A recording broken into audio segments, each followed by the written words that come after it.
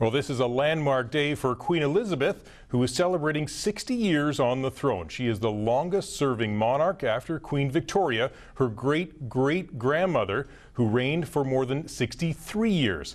Dana Hutchings is here now with more in tonight's Checkpoint. Jim, the 85-year-old monarch took the throne when her father, George VI, died on this date in 1952. Queen Elizabeth has outlasted 12 British prime ministers and 6 popes, and year-long celebrations around the Commonwealth kicked off today. In Esquimalt, HMCS Regina is dressed in flags from bow to stern to mark the Diamond Jubilee. In Ottawa, the Queen's ascension to the throne is also being celebrated. March. Cadets and members of the RCMP carried the Queen's Canadian standard for a special ceremony on Parliament Hill.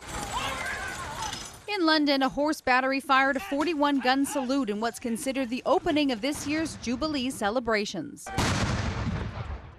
60 years ago, King George VI said goodbye to his daughter, Princess Elizabeth, and Prince Philip on their way to Africa. It was the last time she saw him. It is with the greatest sorrow that we make the following announcement. A week later, the King was dead, most of Britain not aware he had lung cancer. That the King passed peacefully away in his sleep earlier this morning. Still in Kenya, the 25-year-old Elizabeth was suddenly Queen. The moment that she had got over the initial shock of the King's death, by the time her private secretary came to see her at Sagana Lodge, she was already composed and looking towards the Accession Council, sending telegrams to cancel a trip, and the executive business of being a monarch. Prime Minister Winston Churchill greeted England's new Queen as she stepped out and into her future. On this anniversary, the Queen said she dedicates herself anew to service with a clear head and warm heart. She spent the day in Norfolk, where elementary school students fittingly sang the Time Warp. And this is just the beginning. The official Queen's Jubilee year will include garden parties, concerts, and 4 days of celebrations in June. And to celebrate the Diamond Jubilee, members of the royal family will be touring Commonwealth countries. Prince Charles and Camilla will make stops in New Brunswick, Ontario, and Saskatchewan later this year. Our Checkpoint question tonight: is the monarchy still as relevant to Canadians as it was 60 years ago? It's a joke. It's completely irrelevant. It's a train wreck. We don't want a system like the Americans have. Their American system has got to be a big disaster. So what's the alternative? I don't think so.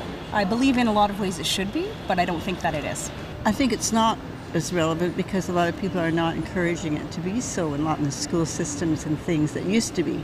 You know, we'd always start out by singing, you know, God Save the Queen and things. Now they don't. Well, it may not be quite as relevant, but I still think it's very important to Canada. I think it's something for Canadians to look up to and something for Canadians to feel proud about. It's as relevant to me because I really am an admirer of the Queen.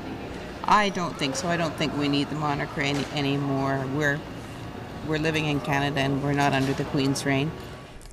Marilyn says, absolutely, they are our past, and I, for one, like anything that keeps us separate and distinct from the U.S., regardless of how our PM is trying to turn us into America.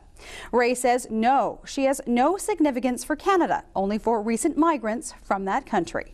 And from Twitter, Sam Stewart says, yes, I'm going to the Jubilee celebrations in London in June. And our web poll results after Queen Elizabeth: should Canada continue with the monarchy? 63% said yes, while 37% said no.